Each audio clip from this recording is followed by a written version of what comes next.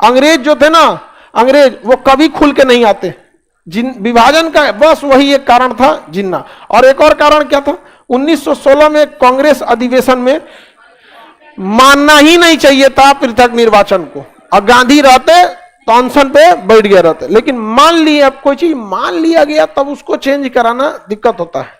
देखिए, जब द्वितीय विश्व युद्ध खत्म हुआ ना, तो कोई चीजें उभर कर सामने आ गई जिसका अंदाजा अंग्रेजों को भी नहीं था।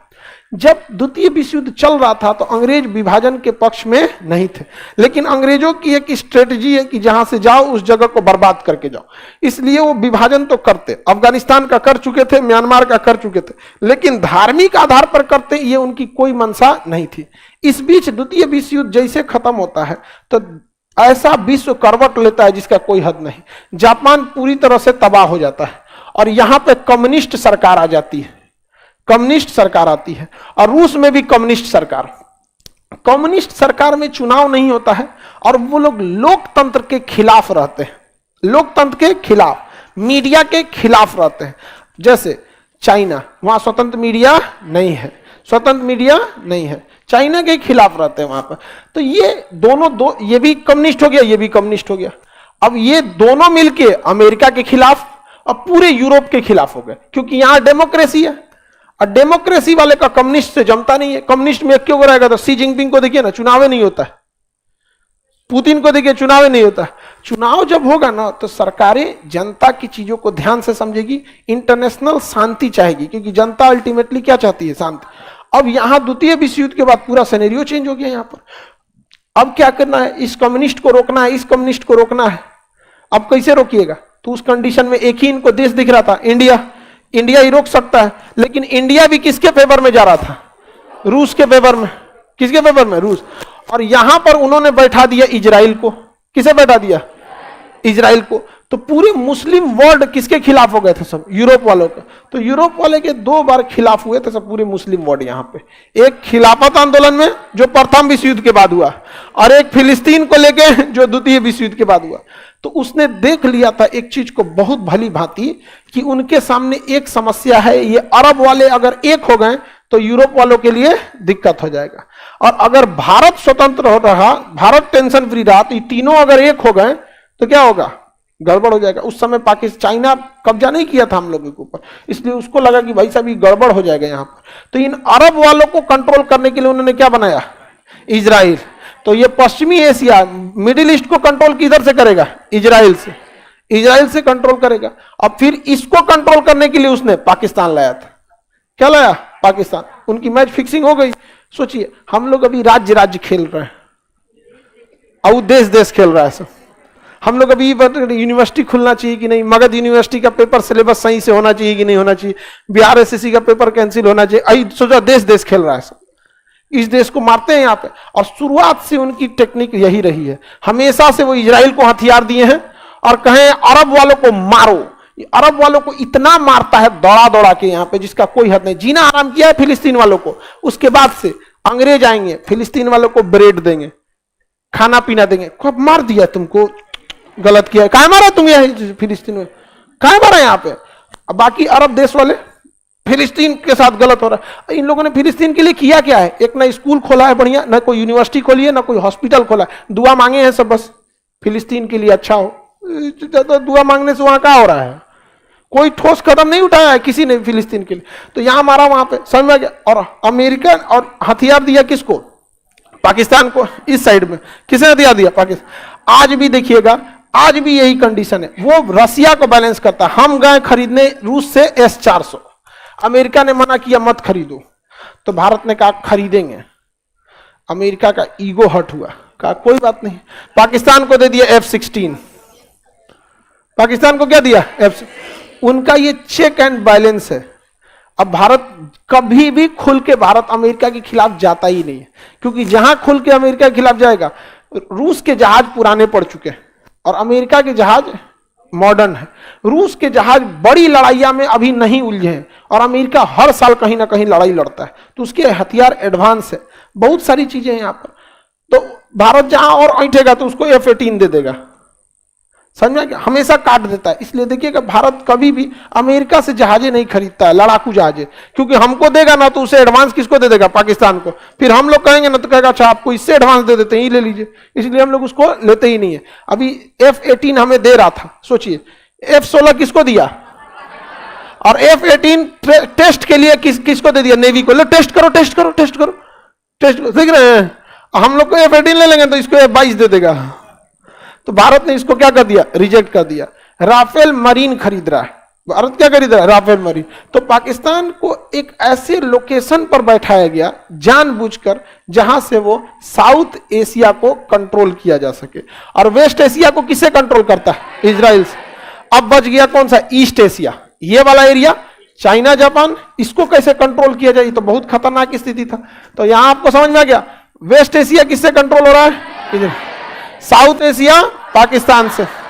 अब इधर इसको कैसे कंट्रोल करना है? तो समझिए ध्यान से। जापान पे परमाणु बम मारा तो जापान की हालत खराब हो गई। तो अमेरिका ने कहा कि फिर परमाणु बम मार देंगे, हमसे समझौता कर लो कि तुम अपनी सेना नहीं रखोगे, बदले में पूरी जिंदगी हम तुम्हारी रक्षा करेंगे। जापान के ऊपर परमाणु बम गिरा था, इतना खौफ में थे वहां के लोग, इतनी बुरी मौत हुई थी कि उसने साइन कर लिया कि जापान अपनी सेना नहीं रखेगी, उसकी मदद सेना से कौन करेगा? अमेरिका। तो आज भी जापान की सेना मदद कौन करता है? अमेरिका। और दक्षिणी कोरिया का भी अमेरिका। अब देखिए दक्षिणी कोरिया ज्यादा उड़ने ना लगे, ज्यादा पढ़े लिखे लोग हैं दक्षिणी कोरिया में, सब क्या है? पढ़े लिखे। ज्यादा उड़ने लगेगा दक्षिणी कोरिया, अमेरिका जाओ तुम्हारी क्या जरूरत है, तो अमेरिका पीछे हट जाएगा। उत्तरी कोरिया किंग जो कहेगा परमाणु बम मार देंगे। तो साउथ कोरिया कुछ बोल नहीं सकते हैं क्योंकि इनका काट क्या है? North Korea. और जापान से तो एग्रीमेंट ही हो रखा है। तो पूरी तरह से एशिया को कंट्रोल कौन करके रख रहा है? इधर से इजराइल, इधर से जापान, इधर से पाकिस्तान, और वेस्ट से यहां से कंट्रोल करने के लिए उन्होंने यूक्रेन को चुना था। किसे चुना था? यूक्रेन। पुतिन कहा कि इतिहास, बाप रे बाप, सचरा तो नहीं, हमरा से पंगा, यूक्रेन हमको कौन चीज समझा है? यहाँ पे एशिया वाला मारो ससुरा। थूर दिया, थूर दिया कि नहीं थूर दिया? आप देखें हम कभी भी रूस का, पुतिन के इस काम का विरोध किए हैं? हमको पता है कि वो अगले 100 साल के लिए सोच रहा है। आदमी चारों ओर से घेर लिया है, पूरा चारों ओर से। जब देश आजाद करके गया था तो हिंद महासागर में एक द्वीप था डिगो गार्सिया, वो अंग्रेज इसको आजाद नहीं किए था। यहाँ केवल और केवल फौज रहती है, ब्रिटेन की और अमेरिका की। पूरी चारों ओर से क्या करके रखे हैं? घेरे हैं सर। वो इंडिया के लिए कभी नहीं सोचेगा सर। इंडिया को अमेरिका और यूरोप केवल बैलेंस करने के लिए सपोर्ट करता है सर, कि चाइना को बैलेंस कर सके सर। कहता है सर चाइना को बैलेंस करने के लिए। भारत भी बहुत होशियार है, कहता है बैलेंस करना रहेगा तो हम अपने दम पे कर लेंगे, हम अपना तेजस बनाएंगे, ब्रह्मोस बनाएंगे, जो भी बनाएंगे। इनकेस अगर हमें साथ लेना पड़ा तो हम रसिया का साथ लेंगे, लेकिन तुमसे बोलेंगे नहीं क्योंकि तुम ही से सीखे हैं। समझ में आ गया कि नहीं आ गया? हम खुल के किसके साथ रहते हैं? रसिया के साथ। लेकिन बोलेंगे नहीं क्योंकि हम किससे सीखे हैं? अंग्रेजों से ही सीखे हैं। इसलिए देखिएगा भारत रसिया के साथ रहेगा, लेकिन कोई पूछेगा क्या आप पुतिन के साथ हैं? हमारे बायलैटरल रिलेशन अच्छे हैं रसिया के साथ, आपके साथ भी तो अच्छे हैं। समझ में गया? किससे सीखे हम लोग? अंग्रेजों से सीखे। ठीक नहीं सीखे हैं क्या? एशिया को पूरी तरह घेर के रखे हैं और एशिया के लोग यहां कुछ नहीं कर पाए।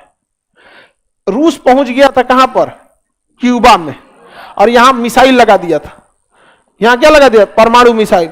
अमेरिका ने क्यूबा के लोगों को इतना पैसे दिया, अर्थव्यवस्था को बर्बाद किया, स्मगलिंग कराया, ड्रग सप्लाई कराया, नकली नोट पहुंचाया, क्यूबा की अर्थव्यवस्था गिर गई। फिदेल कास्ट्रो वहां की सत्ता ने उन्हें हटा दिया।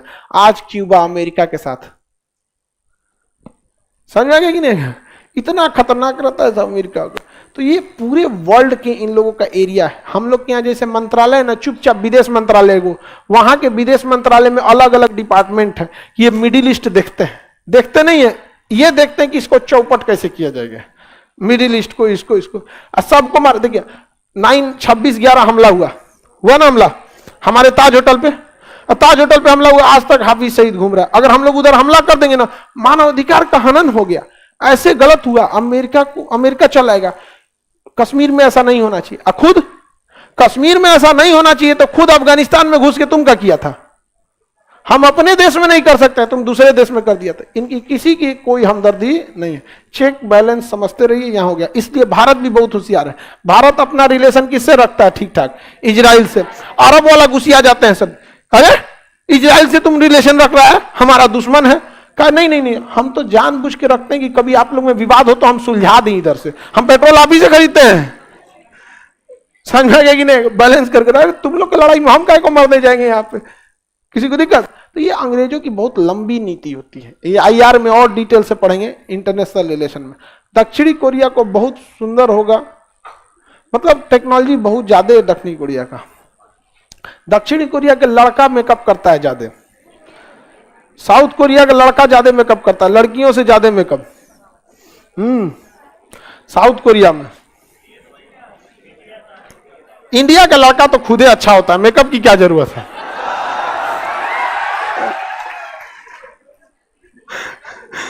लड़की से एकदम अंदर अंदर जल गई है एकदम, यहां एकदम अच्छा नहीं होता है सब लड़का सब।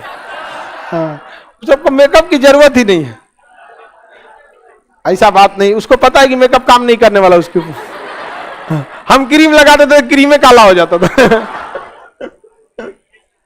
आगे बढ़ जाए।